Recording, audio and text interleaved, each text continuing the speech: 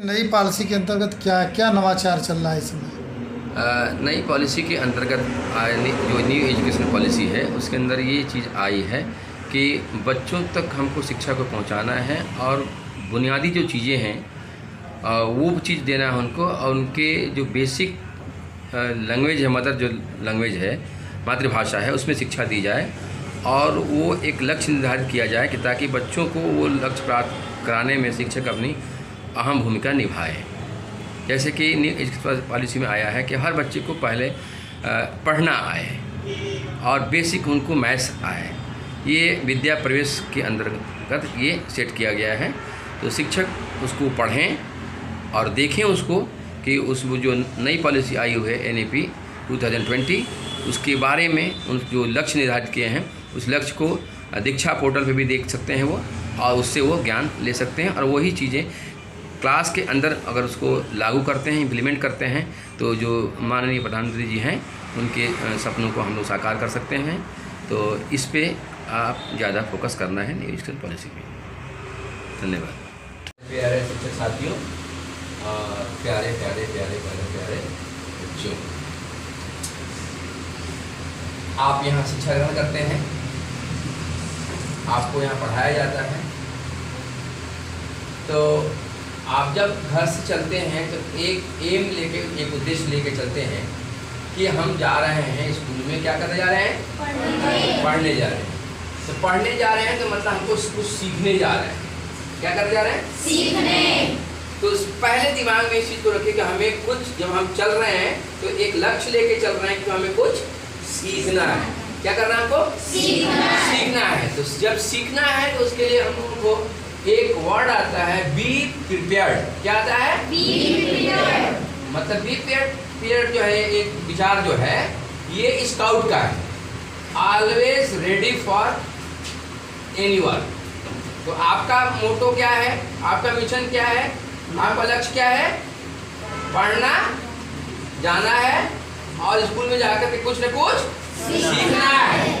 तो अगर आपके अंदर सीखने की ललक आ गई तो आप सीख करके आप दूसरों को भी सिखा सकते हैं और एक अच्छा नागरिक बन सकते हैं। और सबसे ज्यादा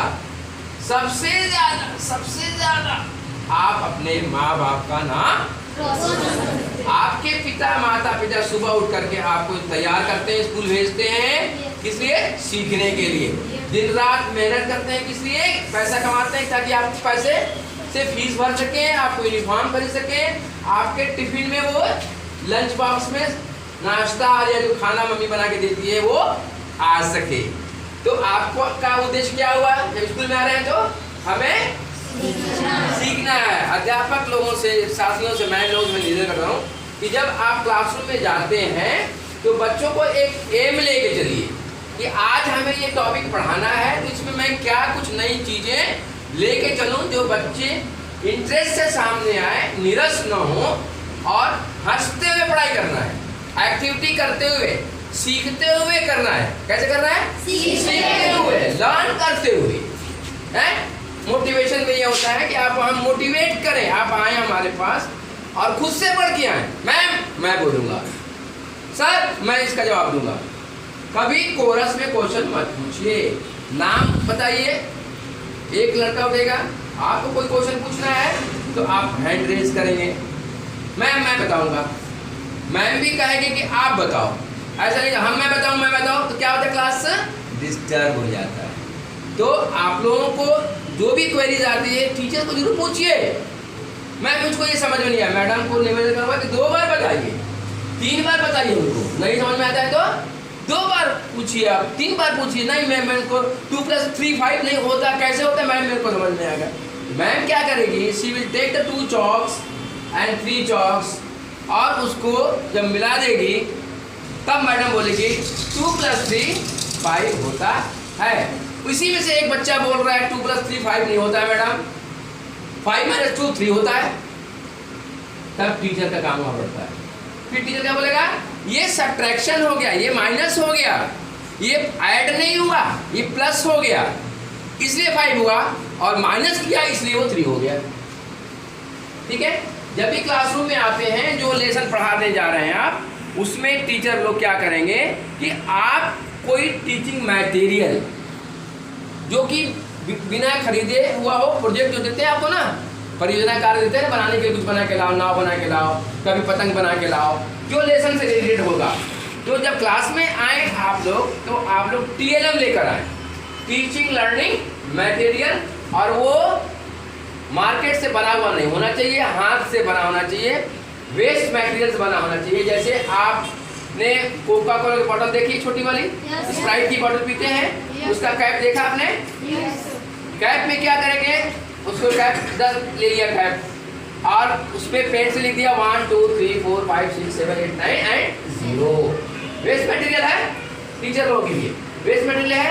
अब आपको मैथ्स पढ़ाना है, 2 बच्चों को सामने लाइए, अब उसको बोलिए कि अब आपको यहाँ पे 12 अंक लिखना है आपको।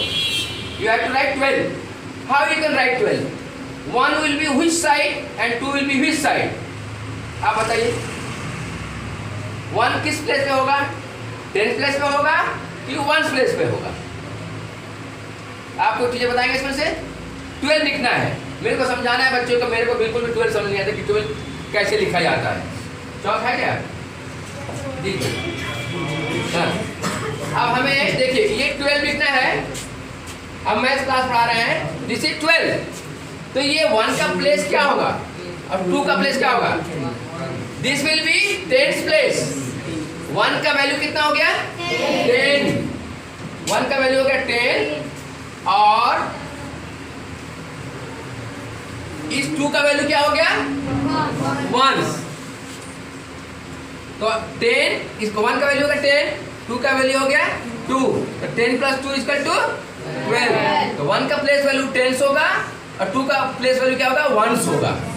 तो आप उस कैप लाइन जो है, वेस्ट मटेरियल जो है, 1 को हम इस साइड में रखेंगे लेफ्ट साइड में, 2 को रखेंगे इस साइड में। This is for class 1।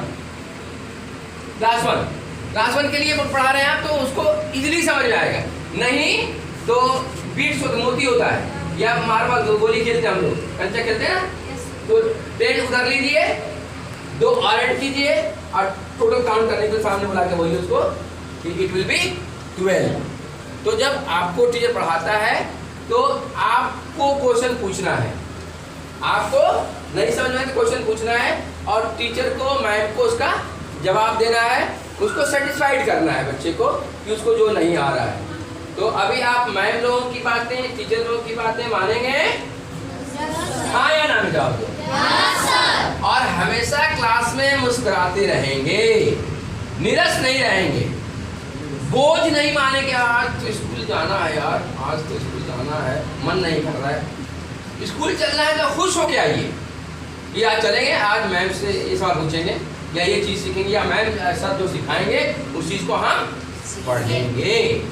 और बच्चों से ज़्यादा क्वेश्चंस लीजिए, टीचर लोगों को बता रहा हूँ, बच्चों से ज़्यादा पूछिए, आप कम पूछिए कीजिए, आप कम बातें कीजिए, बच्चों को ज़्यादा बातें करने दीजिए। सामने लाइए, फ्रंट पे जो बैक बेंचर हैं, जो स्लो लर्नर्स हैं, उनको सामने लाइए और उनके थ्रू एक्टिविटी मेथड से पढ़ाइए।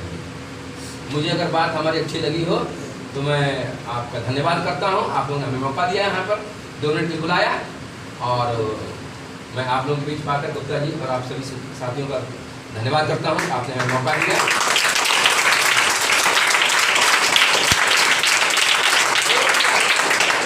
जो तारीफ जाते हैं उसमें एक आप 3 क्लैप्स सीख लीजिए, ओनली 3 टाइम्स क्लैप्स बताए, मेरे साथ आप बजाएंगे, ठीक है? ओके, 3 क्लैप्स गो।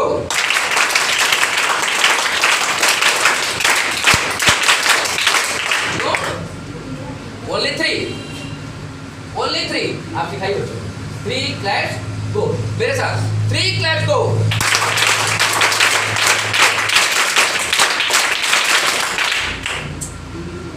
चार बार, ठीक है? थैंक यू, ठीक है सर।